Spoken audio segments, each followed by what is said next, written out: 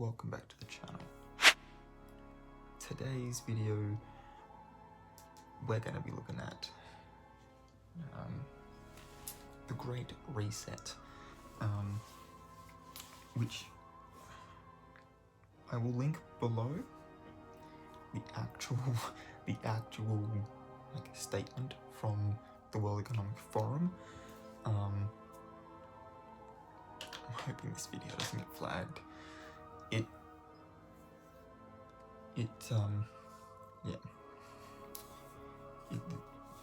It is a conspiracy theory that sort of came about because of COVID, but it itself is not a COVID conspiracy. I'm hoping this doesn't get flagged, because when I tried making COVID conspiracy theories video where I was debunking some of them, it got flagged and got taken down despite my appeal. So here's hoping this one doesn't get taken down. I'm not trying to spread misinformation. This is for entertainment purposes, but if you do want to read more into it, I've linked the official WEF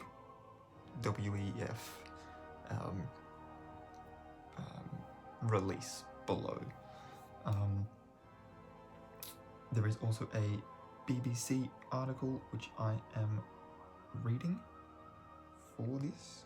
Where are we? I love when it gives you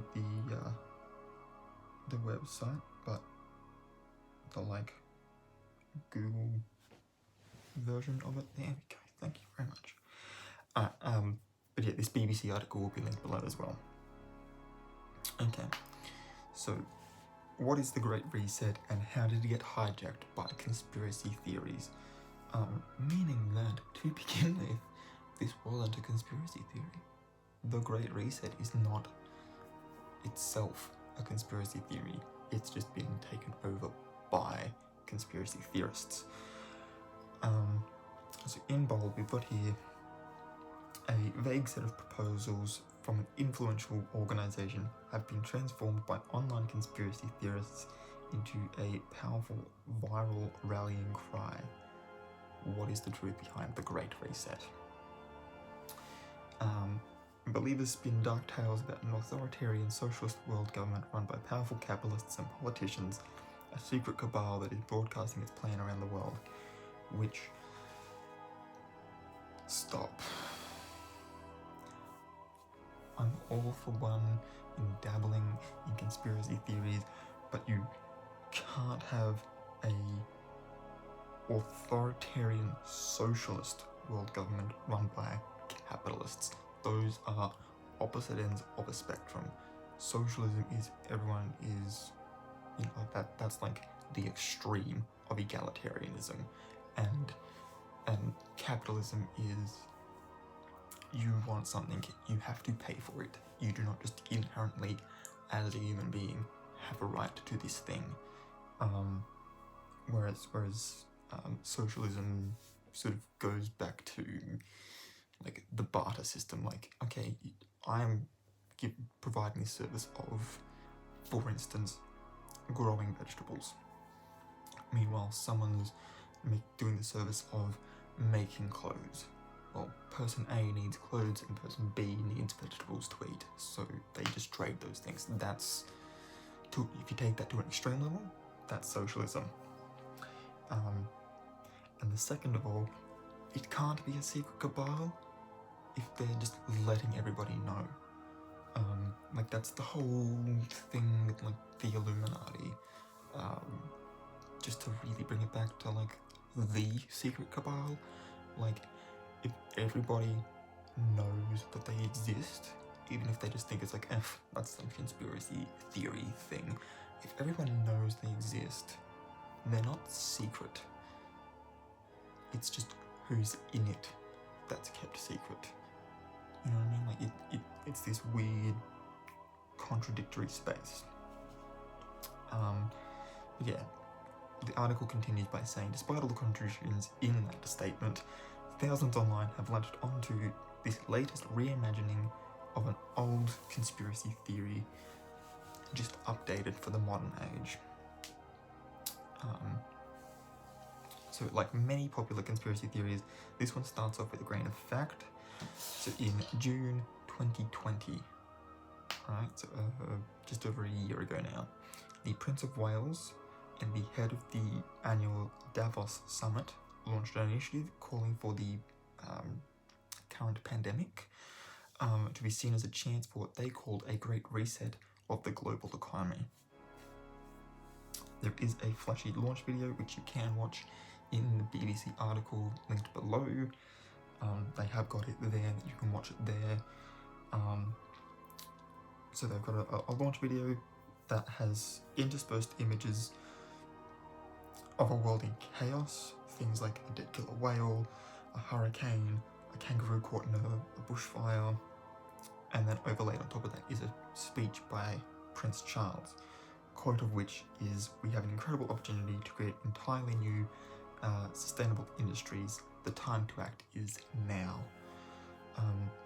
The other founder of the initiative is Professor Klaus Schwab, head of the World Economic Forum. Again, that their full official release is linked below. So yeah, he's the head of the World Economic Forum, WEF, which organises an annual summit in a Swiss ski resort for some of the world's wealthiest and most powerful people.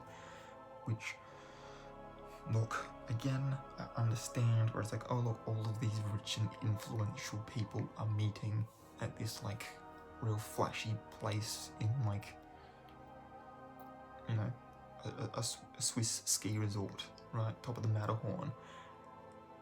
I get it, like that's quintessentially where you would put your villain's secret lair for a spy film. I understand why it's like, oh yeah, no, something nefarious is definitely going on there. But should you really be trusting Hollywood that much at the same time? Anyway, so Professor Schwab explained that the idea behind the Great Reset in an article that accompanied the launch. The pandemic represents a rare but narrow window of opportunity to reflect, reimagine, and reset our world to create a healthier, more equitable, and more prosperous future. Oh, here's my camera aimed up that high. There we go. There is also a Great Reset podcast and even a 280-page book. I'm not linking those. If you want to find them, like if you're really that invested and you want to know more, sometimes you've got to do your own research. But I imagine you'd be able to find the Great Reset podcast on Spotify, surely. I know that they've got a bunch. They're usually a pretty good place to go to look for podcasts. As for the book, I have no idea, but both of those, I'm assuming that anything underlined in red on this site is a link. So I'm assuming you can just press on Great Reset podcast or 280-page book and it will take you to where you can consume that content. Professor Schwab does speak about a wealth tax and ending fossil fuel subsidies, but the scope is huge. It covers technology, climate change, the future of work, which I can only assume means like the future of employment and how work will be done post everything, international security and other themes, and it's difficult to see precisely what it might mean in practice, and what the Great Reset will actually look like in a tangible sense. This lack of clarity, combined with the plan being launched by an influential organisation, provided fertile ground for conspiracy theories to grow. The proposals, along with the WEF itself, face legitimate criticism from a variety of sources. And this is where we start getting into the crazy town part of it. Conservative political figures and media outlets accuse the organisation for pushing for environmental policies that would hurt the economy. Obviously, they're trying to reset the economy.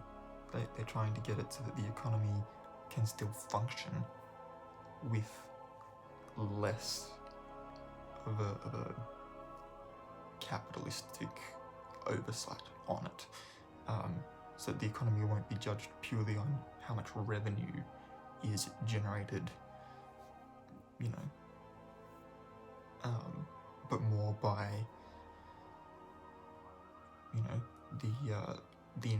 the number of people involved in business with each other, I guess.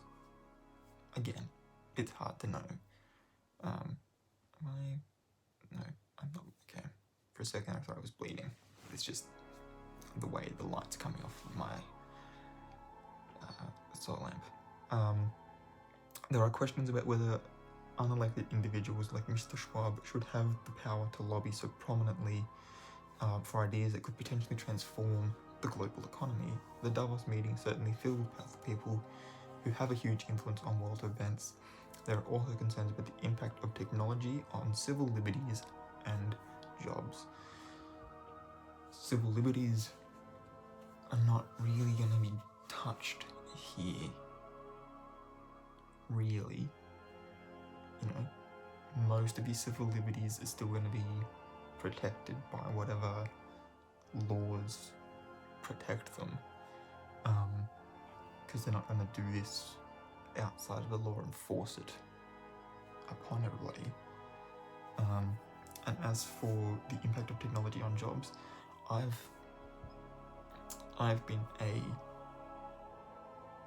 checkout assistant before, and had the promotion, I guess you can kind of call it, of being the person that looks after the self-checkouts. I've already had, one-on-one little criticisms about the impact of technology on my job, and the fact that technology is taking our jobs away. And on one hand, I kind of get it. Like, I'm in charge of 6, 7, 8, however many self-checkouts, when if you'd made all of them people, but at the same time, I'm kind of glad there's the self-checkouts, because especially at the moment, it means that if I need to go and run my essentials at the grocery store, I can go get my little basket full of essentials, and I can check myself out, to help minimize contact, because it's quite easy to just grab a sanitized cloth and wipe down any part that I touched. So it's kind of like, what do we want? And also those like little jobs, like doing the supermarket stuff, like it, I don't know, to me those kind of seem like jobs that we can sort of, like, if the ultimate goal really is that one day people will be able to just do what they actually want to do with their time, then that's cool, right? And I know that there's always going to be a market for that face-to-face contact. I hate calling Centrelink. I do not like it. I would much prefer to go down in person to deal with the government.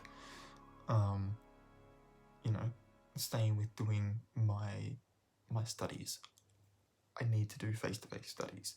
So there's going to be jobs that, no matter what, you can't not have people doing those jobs. So not all jobs are going to be affected. But at the same time, the ones that we can replace mean that those people that would have been in those jobs to fulfill that role can now actually have the time to spend on developing other skills, and furthering what it is that they want to do, so you don't end up getting stuck in a dead-end job, earning the money, and then suddenly realizing, oh, I've got a family that I need to provide for. Like, is it really worth the risk to go and do this thing that I've always wanted to do, and that lights a fire inside me for, when I know I have a paycheck right here that can provide for them? Because that's one of the traps of capitalism. So it's really this like weighing up of things. Personally, if it's going to get rid of some like the non-essential jobs, do it. That being said, I know that currently grocery stores are an essential service, so it's yeah. But people who work in the arts are still working from home. They're still making art. They're still producing music. They're still, using Zoom calls to do their pre-production meetings on films and stuff. Like, things are still being written. Things are still being painted. Still being sculpted. Still being, produced. They're just not out there doing it. They're in here doing it. Continuing on, the real energy online is not about legitimate political questions, discussions about fossil fuels and income equality, but in the shape of wild and unsubstantiated claims. The term Great Reset has received more than 8 million interactions on Facebook and been shared almost 2 million times on Twitter since the initiative was launched, according to BBC monitoring. They've actually got a little graph here, which you can see just suddenly skyrockets. There is a little note that you can't see, where it says on the 15th of November, the Trudeau video goes viral, and all of a sudden, so you can see where November 15 is, obviously. It goes up. Among the most popular posts are baseless statements that the Great Reset is a strategic part of a grand conspiracy by global elite who, and this is the stupid part, apparently that the global elite planned and are managing our current health crisis. I again want to emphasize, the most popular posts are baseless statements. There is no credibility to them. It's just someone making an assumption without any evidence. Now, sure, there is a space there for freedom of speech, and I'm not going to jump in on that. You have your right to freedom of speech. But, social media companies at the moment are filtering anything you are saying because they need to make sure that they're not spreading misinformation. And I'm just reading this article, and I'm leaving the legitimate document down below, so there should be nothing misleading about this video. Yeah. Again, I'm hoping this doesn't get flagged. So in that narrative that people have sort of made for themselves, lockdown restrictions were introduced not to stop the virus, but to deliberately bring about an economic collapse and a socialist world government, albeit run for the benefit of powerful capitalists, which makes no sense, again, because how can a capitalist make more money from a society that shares everything? There's nothing in that for them. They don't want it. It makes no sense. I understand cabin fever and being locked up, and people just want to get back out and back to as normal a life as we can manage. But please, just indulge in these for entertainment purposes. Give yourself a little giggle at like the general stupidity of humanity. But get vaccinated. wear your mask, social distance. If you're in a lockdown, stay at home. You know, get tested. Like, it's not that hard, guys, please. I would love for lockdown to end, and Australia to be able to go back to, you know, me being able to go and visit my family in Queensland, because at the moment, I mean, I can't really even leave my local area, much less drive the 6 to 7 hours north to visit family in Queensland. Just doing that at the moment is highly illegal, and it shouldn't be. So, please, thank you. The nebulousness of this conspiracy theory means it's found followers among anti-vaccine activists, anti-lockdown campaigners, New Age healers, and those on the far right and the far left. It's the one thing at the moment that's bringing both extremist groups together. And again, that's all it is. They're extremist groups.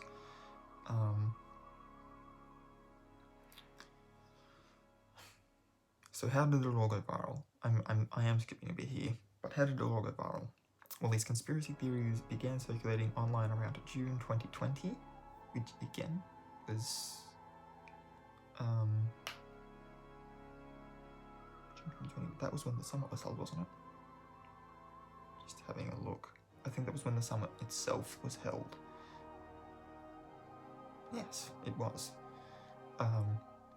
So they sort of started circulating then, you know, but only sort of by people that knew that summit had been held and were sort of following along with it. You know, people that were actually interested in what that summit was about. And then it gained significant traction when the November 15 video went viral.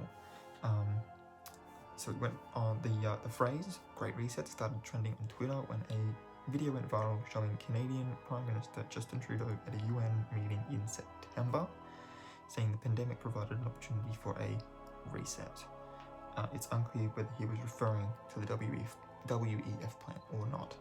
He might well have been, but he may also just have, you know, been of the same mind despite not knowing about it.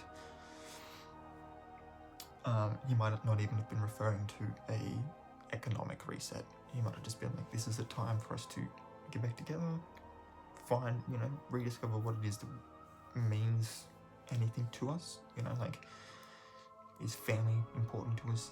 Is work important to us? Is whatever. And sort of reset our priorities. Could have been his intention. We don't know. Some claimed his speech was proof that global leaders are using the pandemic as a pretext to introduce a range of socialist and environmental policies. The next couple of words really just put into perspective how stupid you have to be to believe this. Personal opinion. Thousands of Donald Trump supporters boosted this idea.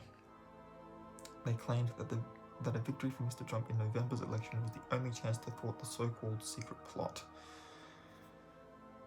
Alright. Most of the narratives being promoted around the Great Reset are not new. Great Reset skeptics have repackaged the ideas that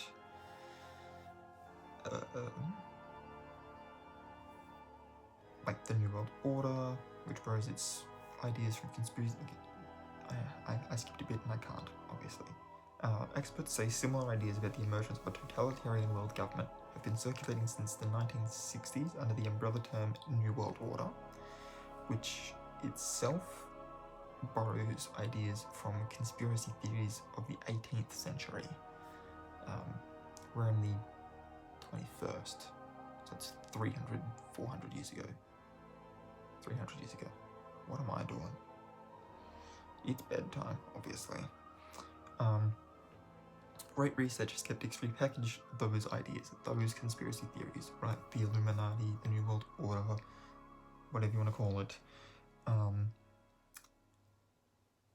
So they repackaged those ideas, fully in baseless, modern era, worldwide pandemic claims about how, for instance, how the vaccines will contain microchips and enslave people.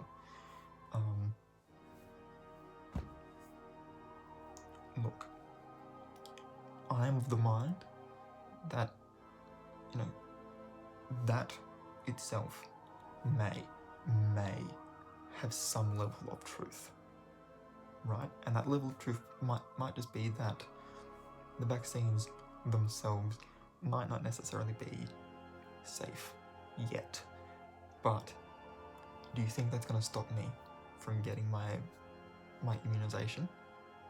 Not at all. I will worry about whether or not Bill Gates is playing live action Sims afterwards.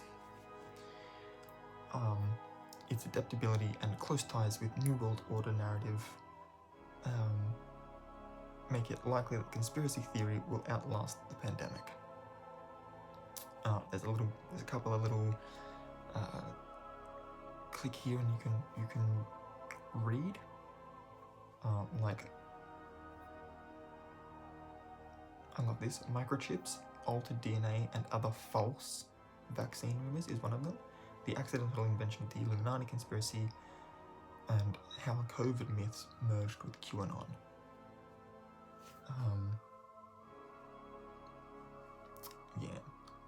To finish off, what's next for the Great Reset? Conspiracy beliefs are also seeping into discussions about the global response to climate change. Mr. Schwab's proposal emphasized the use of more green public infrastructure projects and greener growth. Miss Smith, who I've obviously skipped past where her introduction was. I don't know who Miss Smith is. But she says, online activists who deny the existence of climate change often engage with the Great Reset theory to dismiss sustainability and renewable energy initiatives as an elite agenda for control. It's not. We're trying to save our fucking planet so that we have something to live on. Whether you think it's flat or an orb, it needs saving. Okay? At this point in time, I don't care what your stance on the flat Earth debate is. There should be no argument for global warming and climate change as a whole.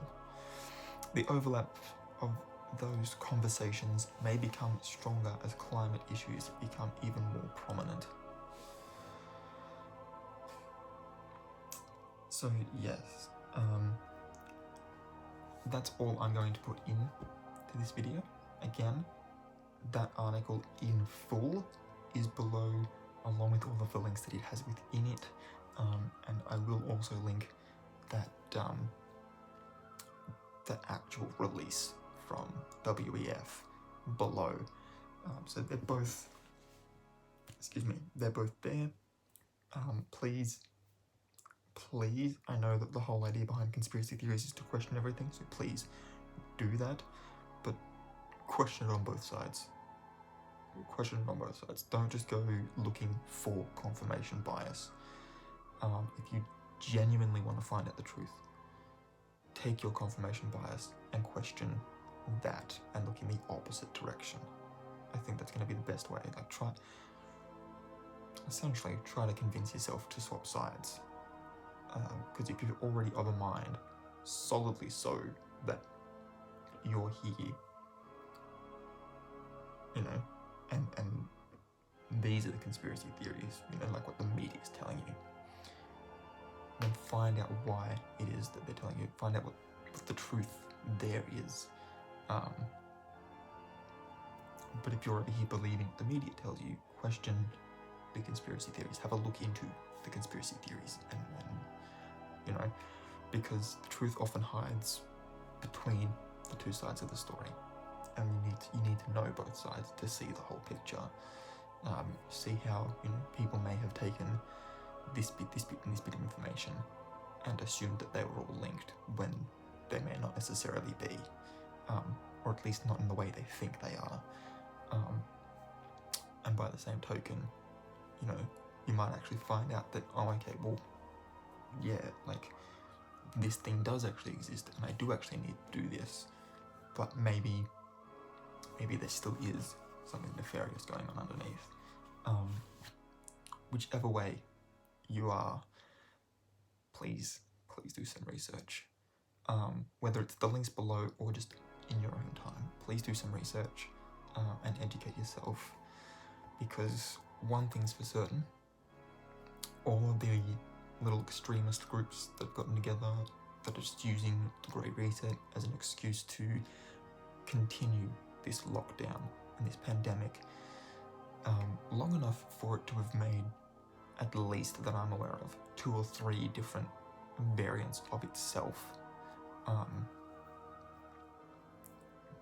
You know, I mean, just today there were protests in Sydney, I think, anti-lockdown protests. So if a city of 5 million people can't get its shit together, I understand what it's like in other places where, you know, there's many more people than that in a particular city. But yeah, it's my 2 cents on it. If you're new here, please hit the subscribe button. Don't forget to hit the notification bell as well if you want to be notified when I upload new videos. If you liked this one, please give it a thumbs up. Let me know in the comments down below, and you're not going to be judged either way, what side of the fence are you currently sitting on, and why are you there? Hopefully YouTube won't flag the video for particular comments underneath it. But yeah, I would love to have a conversation, because I'm like fully a Libra on this, and I'm sort of perched quite precariously on the fence between the 2 sides. You know, like, I'll find out what the media is telling me, I'll have a look at what the conspiracy theorists are telling me, and I'll just sort of go, okay, well, like, these bits are lining up, but there's a couple that aren't. So let me know where you sit, and I will see if I can play devil's advocate to sort of see if we can't, you know, whether I can't convince you or you can't convince me. We'll make it a little game. And until next time, guys, keep your heads screwed on.